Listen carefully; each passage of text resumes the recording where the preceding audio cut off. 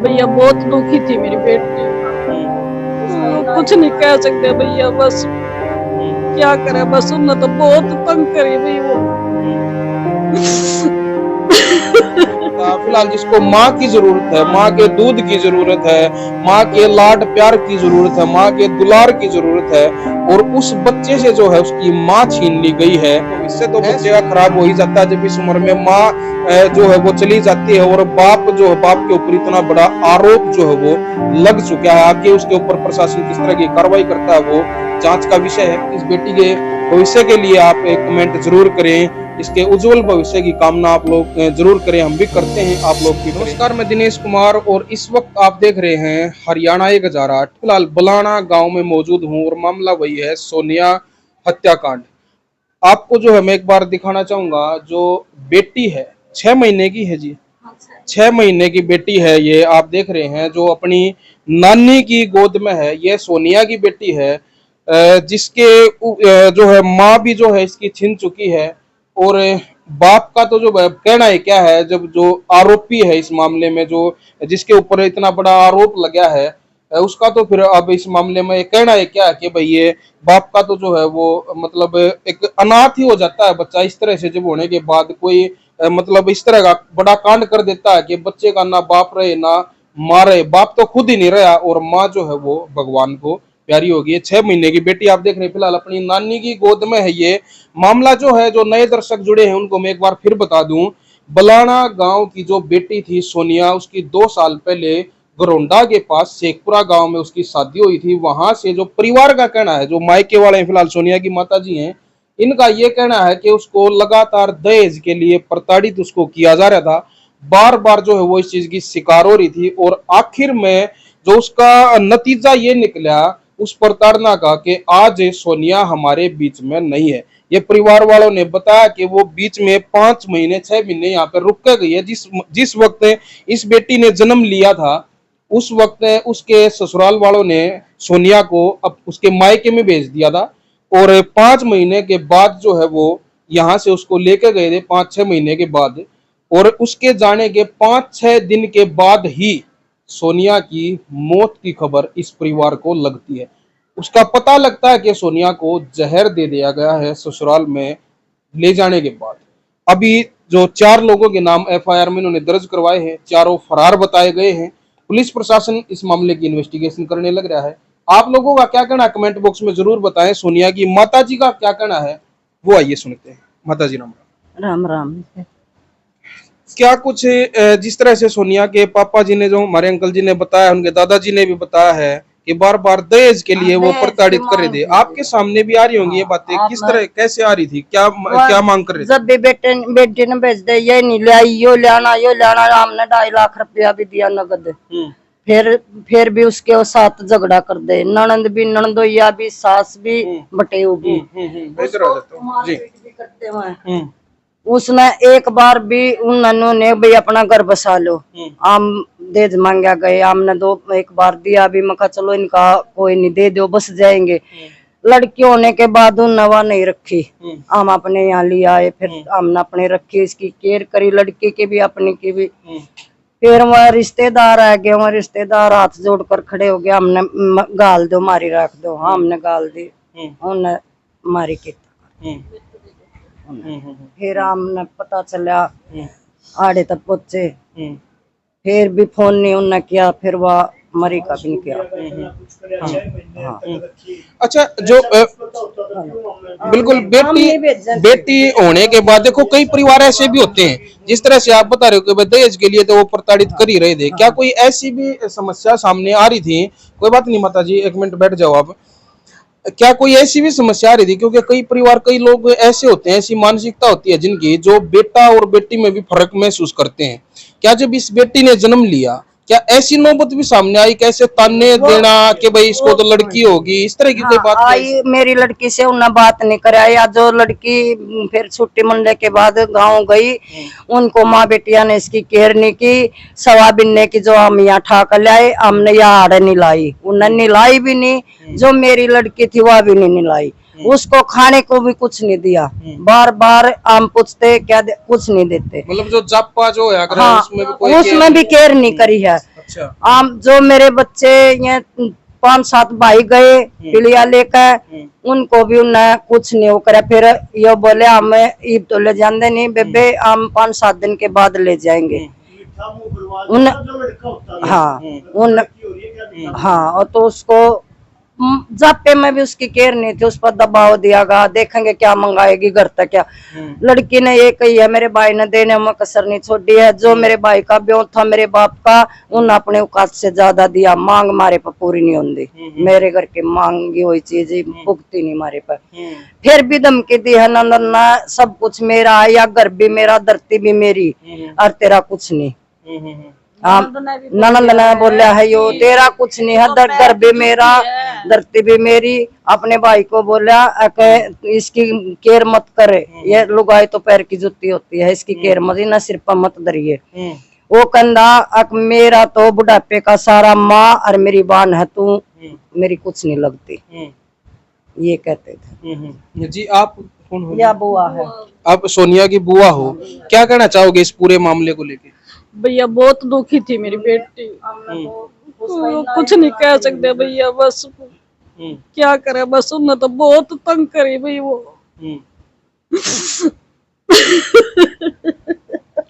ये आप देख सकते हैं परिवार के सामने बहुत बड़ी जो है दुख की घड़ी है फिलहाल, और ऊपर से जो ये 6 महीने की बेटी जो है अपनी नानी की गोद में है, इसके बारे में जब अगर सोचते हैं तो जो मतलब शब्द नहीं है कि जिस बच्चे ने जन्म लिया है उसको अभी यही नहीं पता फिलहाल, जिसको माँ की जरूरत है, माँ के दूध की जरूरत है, माँ के लाड प्यार की जरूरत है, माँ के दुलार की जरूरत है, और उस बच्चे से जो है उसकी माँ छीन ली गई है। ऐसे दरिंदों के लिए अगर इस मामले में जो भी दोषी पाया जाए, उन दोषियों के लिए, उन अपराधियों के लिए कैसी सजा होनी चाहिए वो आप कमेंट बॉक्स में जरूर बताना। बाकी परिवार है जो वो किस तरह की सजा की मांग कर रहे हैं। माता जी इस मामले की देखो प्रशासन छानबीन कर रहा है, इसमें जो भी दोषी पाया जावे उनके लिए किस तरह की सजा की? मेरी बेटी न मिलना चाहिए भी, हम नहीं इतना हमने मेरे पास बोलने नहीं फरार हो गया भैया। उसके गुजरने के बाद सास ने ताला लगा दिया घर पे, हम कहाँ लेके जाते। उसके परिवार वाले बोल रहे थे 20 को यहाँ लेके आओ, वहाँ जहाँ वो शादी की थी उसकी, तो मेरे भतीजे ने मना कर दिया, जब वहाँ ताला लग रहा तो हम कहाँ लेके जाएंगे। अच्छा, और जो परिवार के सदस्य थे चाचा ताऊ वो बोल रहे होंगे? हाँ वो बोल रहे थे। इसमें तो एक बात और भी सामने आई है कि यहाँ से जब सोनिया गई है तो उसके चाचा ताऊ उसकी जिम्मेवारी लेकर गए थे, तो जब उस जिम्मेवारी पे जब वो मतलब उनकी वो निभा नहीं पाए उन जिम्मेवारियों को, तो फिर अंतिम संस्कार के लिए वो कह रहे हैं कि यहाँ लेके आओ। जिम्मेवार खुद जिम्मेवार हुए थे, फुफसरा पिता जो आ रहे थे वो हाथ जोड़ कर खड़े हो गए, भैया हम घर बसावा। वो बोले मैं घर बसाऊंगा और मेरे बड़का न ले चलो। हम बार बार मना कर रहे थे, वहाँ बोले नहीं भेज दो, हम नड़वे मत करो, हम अड़वे हो जाए। फिर हमने सोची मगा चलो बेटी का क्या है गाल दो, रिश्तेदार आए हैं इनकी भी नहीं मानेंगे, तो हमने गुनागानों का भैया के राम हो गए। अब कितने बंदे आ रहे थे किसी की मानने नहीं, इसलिए हमने लड़का हमने पता नहीं था हमारी लड़की न जानते ही खत्म कर देंगे। एक उप्पा ने साथ दिया भैया उसके, बस पैसे भी दे के गया उसको, वो पैसे भी लेके फरार हो गया है। मेरे भतीजे ने हिसाब करे सारा, ये हॉस्पिटल में है। वो तो देखो कोई ना कोई तो परिवारों में अच्छा आदमी भी होता है, ऐसा तो मिल जाता है। उनकी बाज की तान मारी तो नहीं बाजी, हमने पाल रखी थी। सही बात है, बिल्कुल हमारी तान भैया उस दिन की यही बैठी थी मेरी भतीजी। जी 5 दिन हुए थे जो है उनकी बुआ हो, उसको न्याय दिलाने के लिए अपराधियों के खिलाफ किस तरह की सजा की अपील करते हैं? उसका फांसी की सजा हो भैया, माँ बेटा ने भी फांसी और ननद को भी फांसी होनी चाहिए भैया। अच्छा, इसमें जो ननंद का नाम आया है माता जी, उसका क्या रोल है इस पूरे मामले में? इसका ये रोल है वो वहाँ से भी नु करती या ऐसे रखनी है, इसको तंग करो, इसको मतलब घर भी मेरा है, धरती भी मेरी है। और इसने मतलब उसने मतलब उसकी कदर होने दे ली, वो सारी अपनी चला कर दी। घर में आ जाती मेरी लड़की के साथ लड़ाई झगड़ा, उसका जो सामान था काट लेंदी, उसको गाली गलोच देंदी, नो कहती तेरा क्या है, सब कुछ मेरा, यो भी मेरा बेटे देखेगा, यो भी। मेरी लड़की ने बोल दिया उनको कि फिर थारी 5 किला की कमाई कहाँ है, मेरे को तो तुमने लिया कर नहीं दिया, तुमने बरत्या होगा, मैं तो ये भाई मेरे हाथ में तो कुछ आया नहीं है, सब कुछ मैं देता हूँ।